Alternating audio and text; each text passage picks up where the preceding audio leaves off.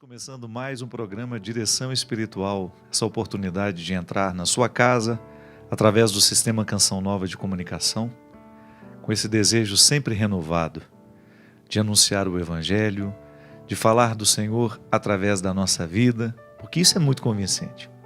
Sempre que nós queremos compreender o processo de Deus na nossa vida, nós precisamos esmiuçar os nossos sentimentos, nós precisamos colocar na mesa todas as dinâmicas que nós precisamos enfrentar diariamente. Por isso que Karl Rahner, um grande teólogo alemão, dizia que toda palavra sobre Deus é também uma palavra sobre nós. Porque é assim que a gente faz a nossa experiência de conhecer ao Senhor. Sempre que nós tomamos contato com a nossa vida, com o nosso coração, de alguma maneira nós estamos investigando também esse Deus que nos habita. Então a teologia é essa palavra sobre Deus que repercute de maneira muito direta em quem somos nós. Se nós acreditamos que Deus habita o mais íntimo do nosso coração, Santo Agostinho já dizia isso, que Deus é íntimo, mais íntimo que nós não conseguimos nem avaliar, não conseguimos nem chegar com muita facilidade, justamente pelo tanto que Ele é íntimo a nós. Que muitas vezes a nossa tentação é buscá-lo fora de nós. É buscá-lo para fora, quando na verdade é o mergulho em nós que nos dá acesso a Deus. Ah, padre, então para que eu vou à igreja? Você vai à igreja para ver se aquele templo, aquele rito, aquela liturgia lhe faça ter contato com você mesmo. Não é interessante isso? Eu saio da minha casa, vou à minha comunidade para rezar com a minha comunidade, porque lá eu tenho os instrumentais litúrgicos, simbólicos, que me ajudam a acessar o Deus que me habita. Então de nada vale eu ir para lá, passar pelo processo litúrgico, viver o rito, rezar, se eu não permito que este Deus me ajude a chegar ao mais íntimo do meu coração. E é ali, quando eu me descubro, quando eu olho para os meus limites e possibilidades, que eu consigo encontrar o Senhor.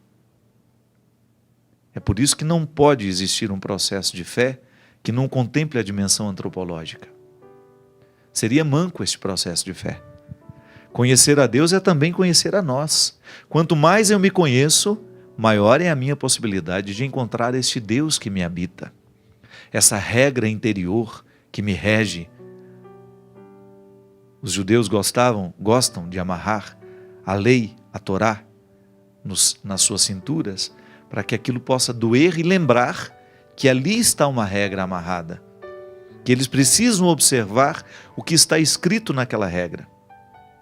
Quando Jesus vem, ele modifica essa maneira de levar a lei. Não é amarrando no corpo, mas é guardando e registrando-a dentro do coração. Quanto mais eu mergulho nos meus estatutos humanos, quanto mais eu descubro as minhas irregularidades, sim, porque eu tenho irregularidades. São Paulo já dizia que eu não faço o bem que eu gostaria de fazer. Por quê? Porque eu sou habitado por uma fragilidade. Nem sempre eu consigo fazer o bem que eu quero. A fragilidade me habita. Você sabe disso. Não precisa ler nos livros. A fragilidade te habita. Você sabe muito bem que nem sempre você consegue fazer aquilo que deveria fazer. Por mais que você tenha consciência de que o certo é agir assim, assado, na hora que você vai viver, na hora que você vai fazer, é como se uma força gravitacional te puxasse para baixo, te impedisse de ir além. E é por isso que nós precisamos mergulhar numa experiência de autoconhecimento, para que, tendo contato com a gente, descobrindo quem somos, a gente possa identificar também quem Deus é. E João, numa de suas cartas, faz uma descrição impecável sobre o ser de Deus, que ele aprendeu com Jesus, é claro. Jesus é a hermenêutica do Pai. Depois de Jesus, nós temos condições de enxergar, sem confusão, a verdadeira face de Deus.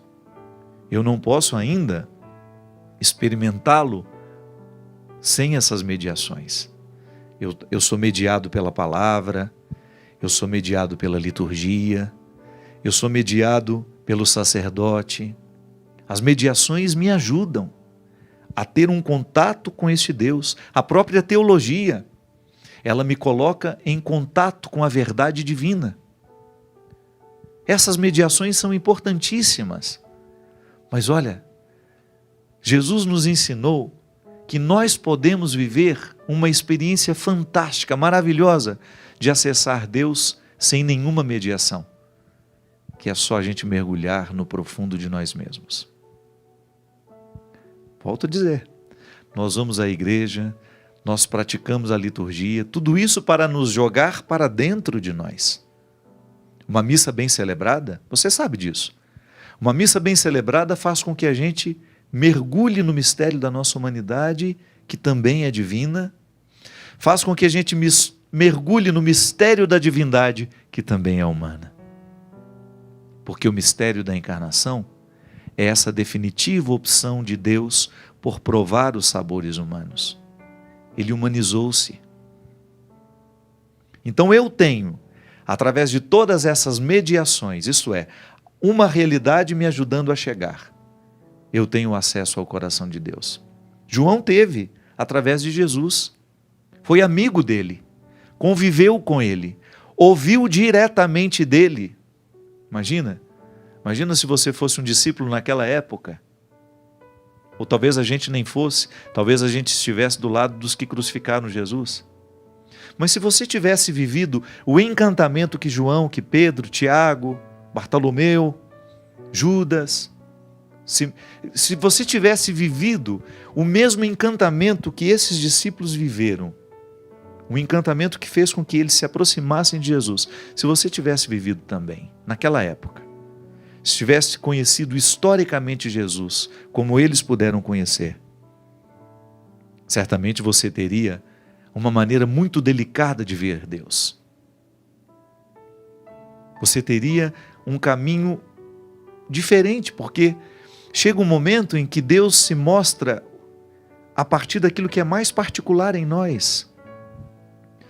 Nessa música que eu gravei com a Elba Ramalho, chama-se Oculto e Revelado, eu falo justamente isso.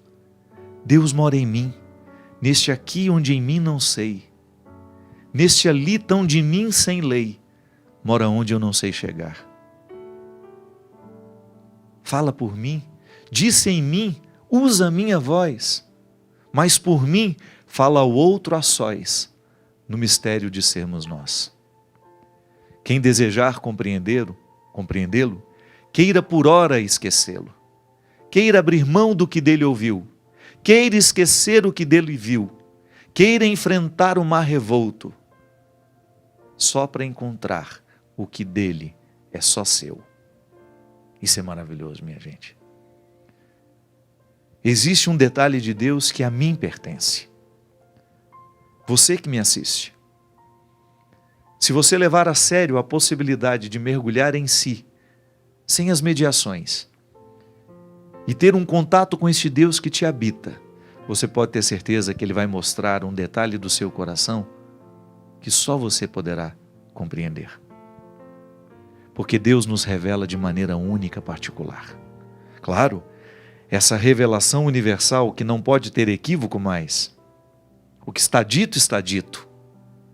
Eu estou falando daquele detalhezinho pequeno que você descobre e que não compromete a verdade que foi revelada. Aquela dimensão particular que Deus só revelou a você. Dele, só a você. Nessa intimidade. Por isso os místicos eram tão experientes quando o assunto era vida espiritual. Porque eles mergulhavam diariamente em si mesmos, para que eles pudessem acessar este Deus que os habitava. Como é que eu posso querer ter uma vida espiritual se eu não faço diariamente o meu silêncio, o meu recolhimento, se eu não vivo essa experiência de jogar para dentro de mim todos os meus olhares, de cessar o meu contato com o mundo, ainda que seja por 5, 10 minutos?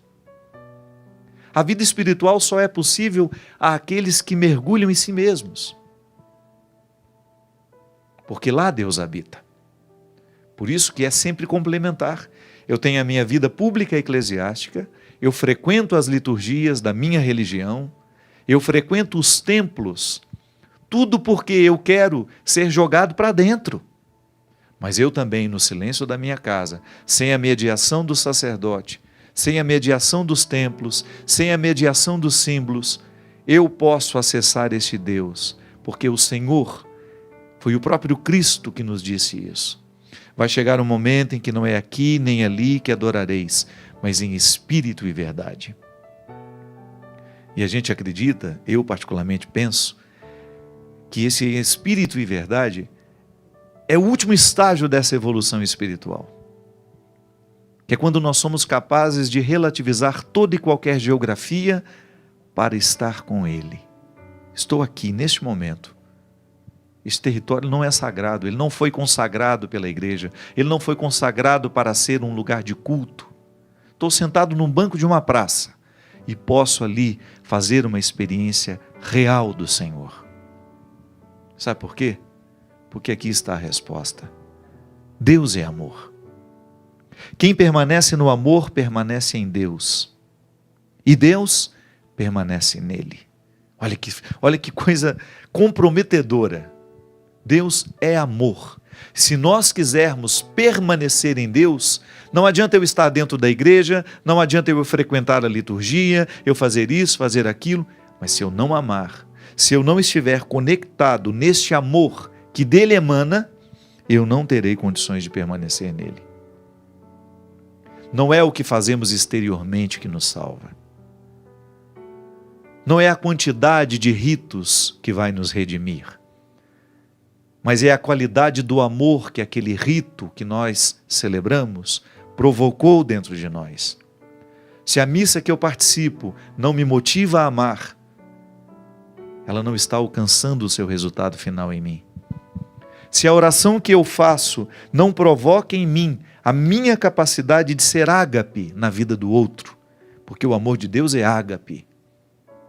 Nós precisamos compreender toda vez que nós escutamos Deus é amor, nós não estamos falando deste amor banal que tantas vezes nós reproduzimos na nossa vida. Ou que lemos nos romances, que vemos na televisão, não. É o amor ágape, é o amor descomprometido, é o amor que estabelece para o outro um banquete.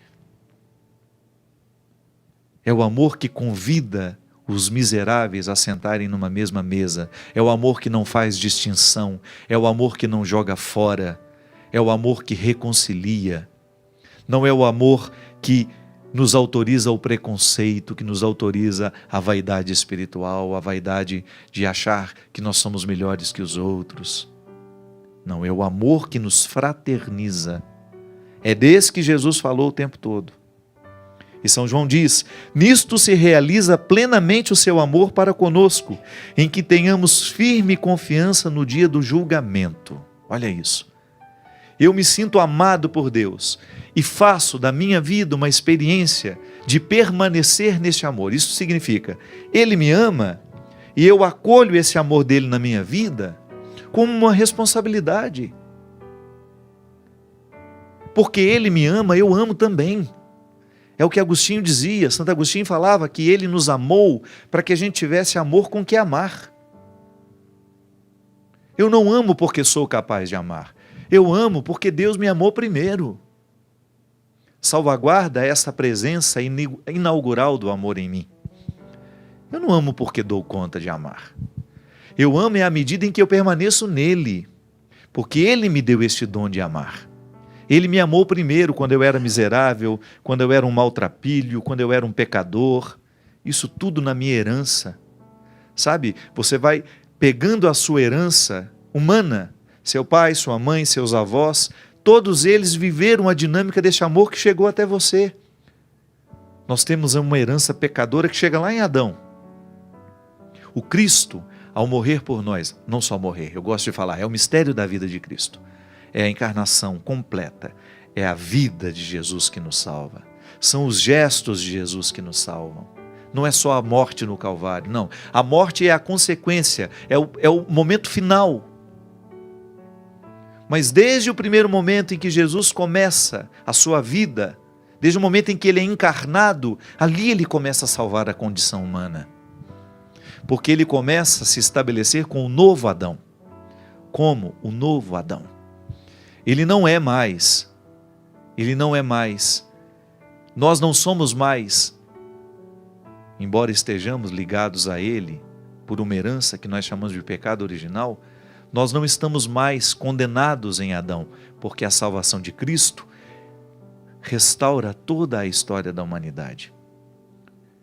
E isso é fantástico, porque você pode compreender que apesar de todas as suas fraquezas, de todas as suas fragilidades, você não está dispensado de viver a grandiosidade dessa redenção. Os seus pecados, as suas misérias, não lhe retiram da possibilidade de assumir a dimensão crística de sua vida.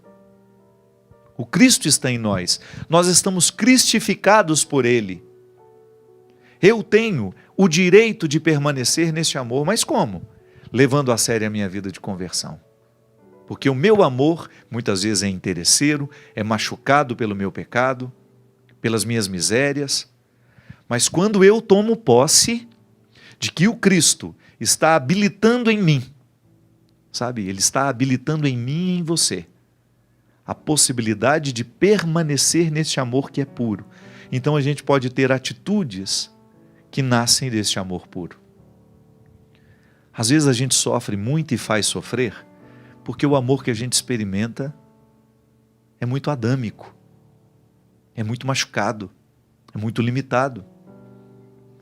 O amor adâmico, quando nós estamos praticando, nós traímos, nós somos infiéis, nós mentimos. O amor de Cristo não. Quanto mais eu me converto para compreender este amor de Deus na minha vida, quanto mais eu permaneço nele, menos medo eu tenho do julgamento final. Porque é isso que vai valer no final. Eu acho que essa é a única pergunta que Deus vai nos fazer sem nos dizer nada, é só olhando nos olhos. Às vezes eu imagino que o juízo final será este momento em que eu estarei diante de Deus, sendo olhado por Ele nos olhos, e aquele olhar vai me fazer tomar consciência de tudo o que eu fiz da minha vida. Não é Ele que vai me mandar para o inferno nem para o céu, é eu que saberei para onde devo ir. O olhar vai desnudar. Nenhuma hipocrisia vai ficar ali. É o olhar que vai me dizer para onde devo ir. Sou eu que chegarei a essa conclusão, pelo olhar que me olha. Qual é o meu lugar na eternidade? Quanto mais eu caminhar na direção de superar este amor, que me machuca e machuca o outro, porque sou invejoso, sou mesquinho, sou mentiroso, quanto mais eu praticar este amor adâmico, que é machucado, que é estragado, e que muitas vezes me faz lidar com o outro a partir dos meus interesses, maior será a minha dificuldade de estar no juízo final. Eu sempre gosto de dizer, tem medo de morrer é aquele que viveu mal. É claro que a morte sempre vai causar um desconforto para nós, porque a gente não sabe como é, a gente tem medo do novo. Mas à medida em que a gente vive melhor a nossa vida, em que você tem consciência de que você está tratando o seu pai da melhor maneira, que você está sendo filho com todo o esforço que você faz para ser um bom filho, que você não está negligenciando a sua oportunidade de ser pai, de ser mãe, que você está vivendo bem a vida com seus irmãos, se você é honesto, se você não rouba, se você ocupa um cargo público e você não se beneficia deste cargo público para enriquecer-se, se você é um bom prefeito, um bom governador, um bom senador, um bom deputado, um bom presidente, se você tem a consciência de que você não está usando das oportunidades que a vida te deu para fazer bem o outro, melhor, se você não está fazendo desta oportunidade, se você não está negligenciando essa oportunidade de ser um administrador público para fazer bem ao outro e não para enriquecer-se de maneira desonesta, não vai ter medo do juízo final, não. Porque a gente, se estiver vivendo bem, a morte será apenas uma consequência. Agora, quando a gente tem uma nítida percepção de que nós estamos estragando a nossa vida, quando nós temos essa percepção de que nós estamos fazendo tudo errado, é bem provável que a gente vai temer muito a morte. Deus é amor. E aquele que permanece no seu amor não terá medo do juízo final. Porque onde há amor, não há medo. Onde há amor, não há medo. Por que às vezes a gente tem medo que o outro nos traia?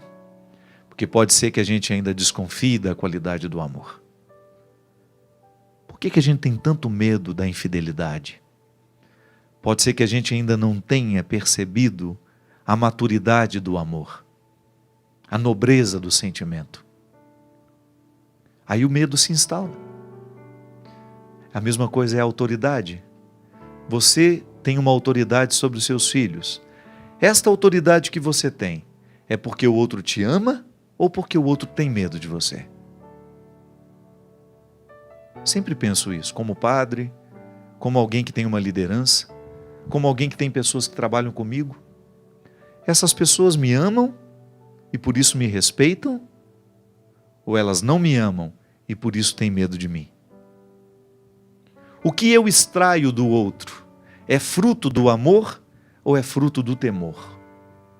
É uma boa pergunta para a gente se fazer.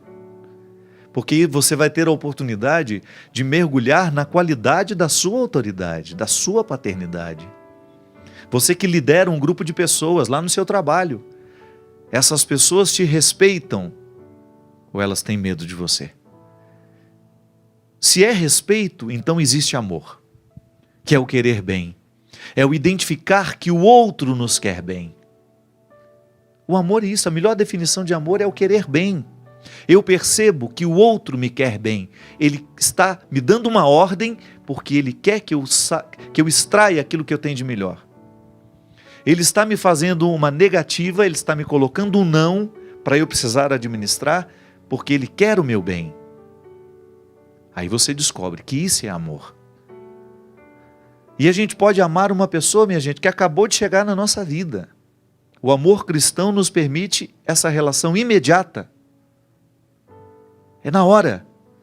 Ah, padre, mas a gente precisa de muito tempo para amar uma pessoa. Mas você está falando desse amor da convivência, que você vai ter que comer um saco de sal juntos. Eu estou falando daquela pessoa que passa pela sua repartição pública e você atende como se fosse a sua mãe. E você nunca viu aquela mulher na sua vida. Porque você quer o bem dela. Você quer que ela saia dali com os problemas dela resolvidos. Ou você que trabalha num banco, a pessoa que te procura precisa do seu trabalho, precisa do seu conhecimento. Você que é advogado, alguém que procura o seu trabalho porque precisa da sua ciência. Você que é médico, quando no seu consultório você tem a oportunidade de amar um paciente que você nunca viu na vida, porque o respeito já é amor. Olhar o outro com dignidade, olhar o outro com respeito, sem estabelecer esse olhar de cima para baixo, mas aqui, ó, da mesma maneira como Jesus olhava as pessoas, ele sendo Deus olhava assim no horizonte. Nós podemos sim amar uma pessoa no momento em que ela chega na nossa vida, passou por mim, foram só 5 segundos, 10 segundos, sei lá quanto tempo foi. Passou por mim e recebeu o amor de Deus que está em mim. Não recebeu o meu olhar arrogante, não recebeu o meu olhar sisudo, desrespeitoso, preconceituoso. Passou por mim, recebeu o meu carinho, porque eu preciso levar a sério que este Deus que me habita, que me ama, me leva a amar também. Por isso o amor é o querer o bem. O amor cristão é o que estabelece, o que põe o banquete para que possa se aproximar aquele que está faminto. Uma pessoa, quando procura um médico que está doente, vai procurar o médico porque de alguma forma está com fome de saúde. E ao médico, a feliz oportunidade de dar a ela um alimento naquele momento de dificuldade. Uma palavra, uma explicação do que se tem, de qual é o tratamento que pode ser feito. Isso mata a fome do paciente, alimenta de esperanças, ou então até aquela palavra que vai ajudar a morrer. Porque o bom médico, aquele que tem amor à sua profissão, sabe muito bem que não é mais um X que vai fazer num paciente que vai morrer.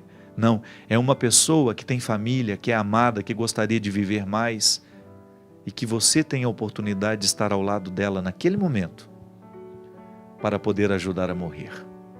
O amor, minha gente, o amor é essa realidade humana, naturalmente divina, porque é Ele que nos dá, que faz com que cada vez mais a gente vá provocando nas pessoas uma satisfação de ser quem ela é.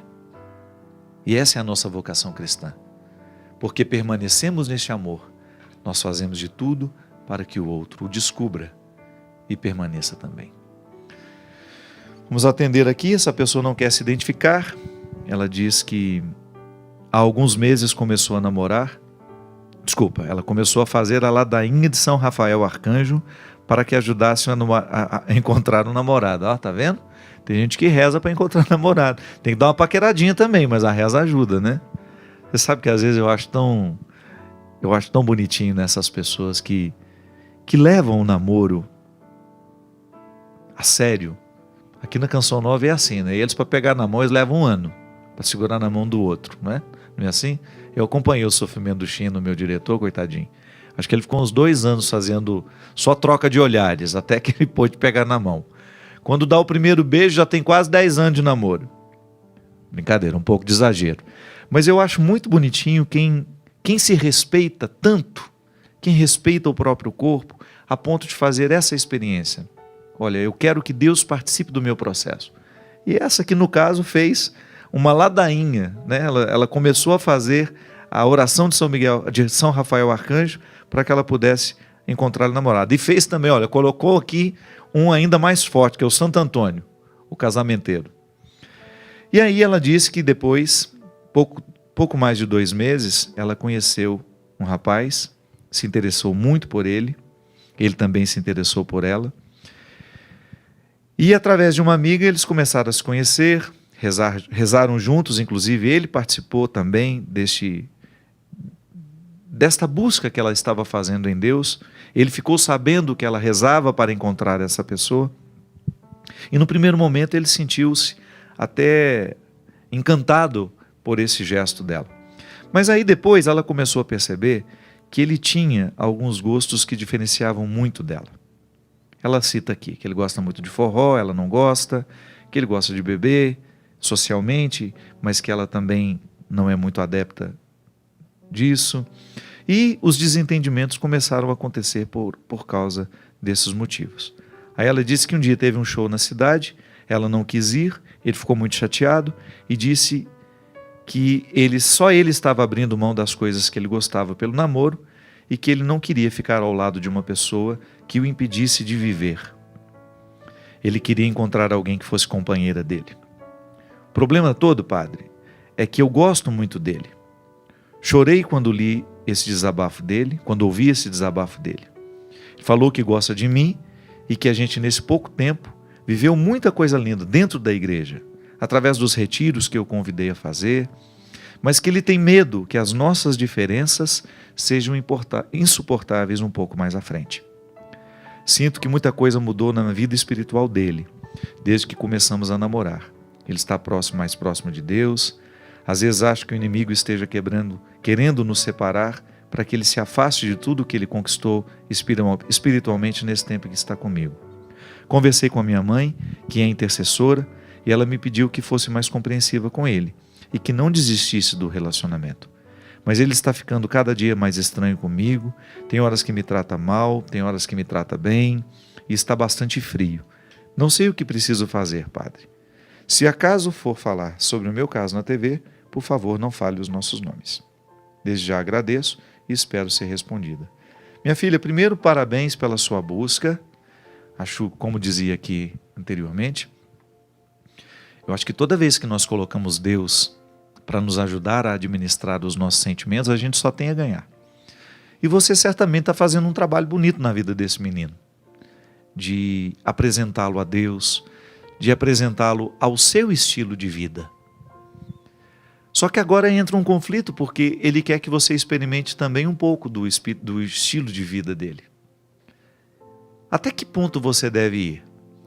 Até o momento em que você perceber que você não está se agredindo para estar com ele. Porque uma coisa é a gente fazer sacrifício por uma coisa que nos acrescenta. Outra coisa é a gente fazer sacrifício por uma coisa que nos decresce, nos diminui. Então, se você percebe que o sacrifício que você faz para estar com ele lhe prejudica do ponto de vista humano e espiritual, eu acho que vale a pena você colocar diante de você mesmo, de maneira bastante sincera, que talvez não seja interessante continuar. A gente sofre quando termina? Sofre. Mas a gente se recupera também.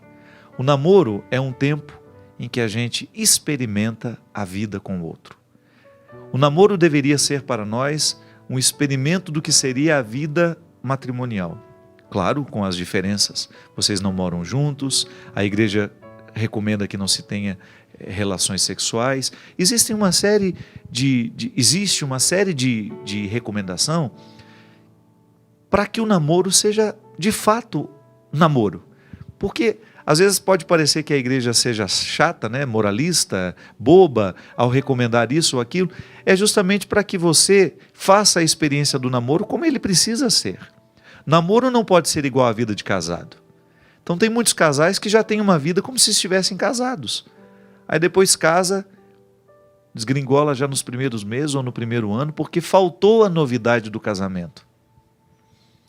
Então, se você experimenta com o outro aquilo que será a sua vida matrimonial, você precisa identificar se o que você está vivendo com esse rapaz está lhe provocando essa satisfação de estar com ele ou se está provocando um desconforto. A gente não precisa ter medo de terminar o namoro. Namoro foi feito para terminar. Também como pode ser o passo definitivo para um casamento.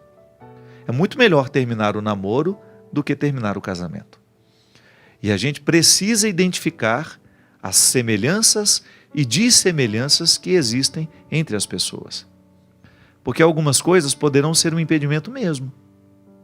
A diferença é tão grande entre aquilo que ele gosta e entre aquilo que você gosta, que pode se tornar um obstáculo imenso para a vida matrimonial depois.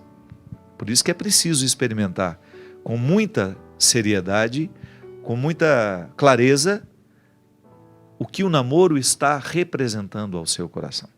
E a partir disso, você ter condições de tomar a sua decisão. Por outro lado, a sua mãe também está certa. Se você não está se ferindo tanto, você está apenas se contrariando um pouquinho para poder fazer com ele aquilo que ele gosta, e se isso não te prejudica, só te contraria, quem sabe seja uma oportunidade que você tem de colocar Deus no coração deste menino. Às vezes, quando nós levamos a sério essa oportunidade de transformar a vida do outro, a gente precisa saber que é com o nosso exemplo. Não é com a falação, não. Fala na cabeça do outro. Não. Você tem que oferecer a ele indícios de que Deus te faz feliz. Você tem que demonstrar com a sua vida que este amor em que você está permanecendo repercute de maneira muito, muito positiva na sua história. Padre, quem escreve aqui é o Bruno. Minha esposa tenho como acompanhante há mais de 5 anos. Ela veio terminar comigo por vários fatores e eu sempre cedi. Tive paciência para convencê-la de que o término não é o caminho, até porque nós temos 2 filhas de quase 2 anos que precisarão muito de nossa família, muito da estrutura familiar. Sendo que a última vez, padre, em que ela teve uma crise, terminou, foi por causa da minha família, dos meus pais. Ela disse que eu sou muito submisso ao que eles falam, que eles fazem o que querem de mim e por isso ela não queria mais continuar o casamento. Não sei como resolver este problema. Não sei se tento mudar os meus pais ou se quem está errada nessa história é a minha esposa. O que posso fazer? Bruno, quem sou eu para dizer, com tão pouco recurso, o que é certo, o que é errado nessa história. O que eu posso lhe dizer, meu filho, é que nós, à medida que nós vamos amadurecendo, que nós vamos crescendo, a gente precisa administrar de uma maneira nova a influência que os pais têm na nossa vida. Um pai e uma mãe sempre terão o direito de nos dizer, de nos aconselhar, mas à medida em que a gente amadurece, que a gente constrói um lar, a gente precisa criar uma autonomia. Por que eu te digo isso? Porque em muitos casamentos, a influência de sogro e sogra é tão grande que dificulta a vida dos dois. Por isso que é muito complicado quando a gente se casa e vai morar na mesma casa dos pais. Não tem o ditado popular? Quem casa quer casa? Por isso. Porque é a hora que vocês vão aprender a ser família.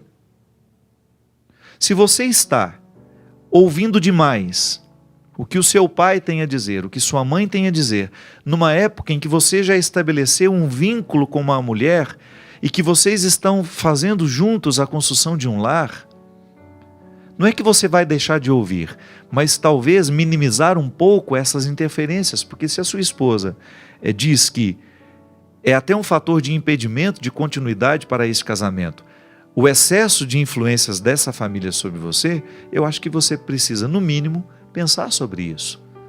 Será que você está dando ouvidos demais a eles e ouvidos de menos a ela? Porque se a gente não busca viver essa autonomia e fazer com que o nosso lar tenha o seu centro de decisões também, né? Quem é que você vai agora, num primeiro momento, buscar para ouvir? É sua esposa, é carne da sua carne agora. Você estabeleceu com ela esse vínculo matrimonial, você teve filhos com ela. E essa experiência de buscar essa maturidade é importante demais na vida de todo casal. Ainda que no primeiro momento erre, que caia um pouquinho, é assim mesmo. Os pais não podem impedir os filhos de crescerem. E isso é um problema sério mesmo. São muitos pais que, na tentativa de protegerem os seus filhos dos primeiros problemas do casamento, ficam interferindo demais. Não esquece. Deixa o seu filho se ajeitar lá. A maturidade consiste nisso. O amor consiste nisso. Em você deixar o outro passar pelos perrengues que ajudarão a amadurecer. Às vezes, na tentativa de proteger o outro com o nosso amor, a gente desprotege. Excesso de amor desprotege. Eu não posso querer carregar os meus filhos dentro de uma redoma. É na caminhada que a gente aprende a andar. É igual andar de bicicleta. No primeiro momento você fica com muito medo de soltar a bicicleta, mas se o filho nos leva uns tombinhos, ele não aprende nunca. A vida é assim. No nosso processo espiritual é assim. Tantas vezes o diretor espiritual, na minha vida, eu me lembro, o meu diretor espiritual me dava a palavra de orientação, mas depois eu ia viver. E nem sempre eu conseguia colocar em prática a palavra que ele havia me dado. E através dos meus erros, eu conseguia aprender até um pouco mais do que aquilo que ele havia me dito anteriormente. Porque o erro, ele tem sim o poder de nos ajudar a encontrar a solução. E quando muitas vezes a solução vem de fora, ela não cabe dentro da nossa casa. A esposa não aceita porque aquela solução veio de fora. Então é muito melhor a gente construir, usa o que os seus pais te aconselham, sem precisar ficar dizendo que foram eles que disseram.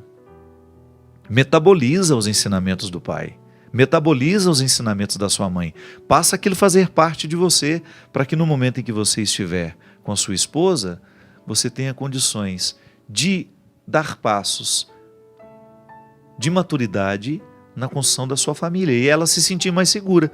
Porque no fundo, uma mulher quer a segurança do marido. Da mesma maneira como o marido quer a segurança da esposa. Eles compartilham essa segurança. A presença dá segurança ao outro. Se ela percebe que tudo você precisa buscar de fora porque você não tem, é natural que ela se sinta insegura ao seu lado. Acho que na verdade, o que dificulta o relacionamento de vocês talvez possa ser uma insegurança que os seus pais acabam alimentando quando eles querem resolver todos os seus problemas. Ao querer lhe proteger demais, eles acabam lhe desprotegendo. Aqui no livro, O Discípulo da Madrugada, tem um trecho que eu gostaria de ler. Esse livro eu lancei no ano passado, e ele fala justamente do itinerário de um homem que reconstrói dentro de si a experiência religiosa, que para ele foi muito desastrosa quando ele descobriu, dentro do contexto religioso em que ele vivia, instrumentais que lhe tornaram uma pessoa cruel. Em vez de tornar-se uma pessoa boa, amorosa, tornou-se uma pessoa cruel, em nome da lei. Ele era um mestre da lei, e ele encontra-se com Jesus e tem a sua vida transformada pela palavra de Jesus. No momento do seu processo, ele diz: esqueceram de me contar que Deus é amor. Aconteceu. Não fizeram por maldade. É provável que tenham vivido a mesma restrição. Foram educados dentro de um contexto religioso em que a máxima sempre foi observar a lei. Não há nenhum problema em conhecer a Deus a partir da lei. Não é prejuízo pautar a vida sob a sua jurisdição. Só não é justo que a gente se prive de conhecer o avesso da regra, a trama que sustenta o seu significado. Lá onde tudo é movimento amoroso, braços que se estendem para oferecer proteção. Não é justo que a lei seja dissociada de sua dimensão amorosa. As restrições que são postuladas por ela pertencem ao contexto do cuidado que educa. Mas se quebrarmos essa associação, a lei deixa de sugerir bondade, torna-se amarra, fonte de privações, limita-se a ser um código impessoal que observaremos por imposição e que desprezamos tão logo deixemos de ser vigiados. A dimensão jurídica da religião é sempre bem-vinda na construção do caráter humano. O respeito às regras divinas é sinal de amadurecimento místico, mas há um detalhe a ser observado: não basta obedecer. Carece que a obediência seja ato livre, movimento natural que o coração realiza por reconhecer o valor que se alberga na regra. A lei sagrada não foi estabelecida para nos oprimir. Ela é fruto do amor divino. A primeira referência que dela recebemos está no livro de Gênesis, na passagem em que Deus ordena a Adão e Eva a permanecerem dentro dos limites do paraíso. A regra foi estabelecida, mas não sem motivos. Era para que o encontro fosse possível. O paraíso era o lugar delimitado para o encontro. Os limites estabelecidos facilitavam o encontro entre Deus e a humanidade recém-criada. O estatuto divino salvaguardava a Adão e Eva o direito de serem encontrados pelo Criador. A regra mudou. A partir de Jesus, nós não estamos mais sob os limites de uma lei que não alcança o coração.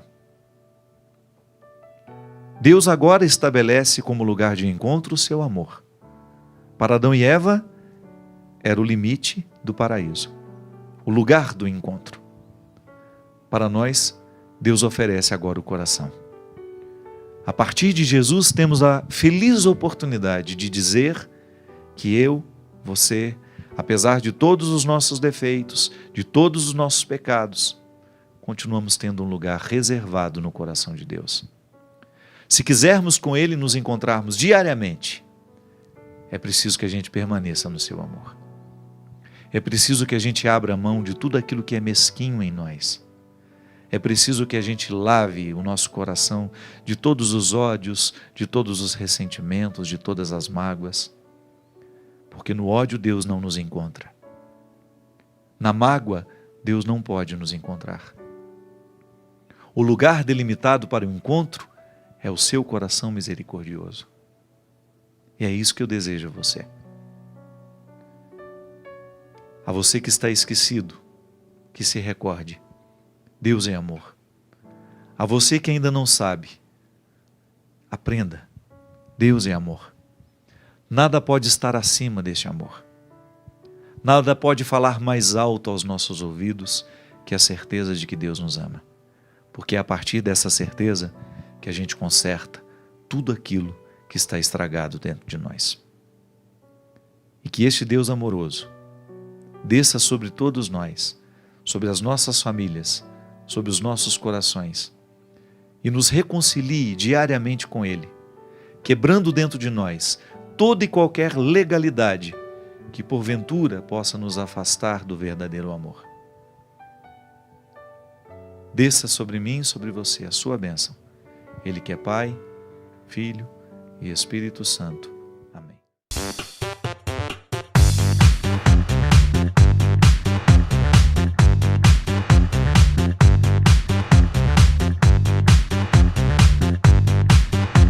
CançãoNovaPlay.com. Assine já!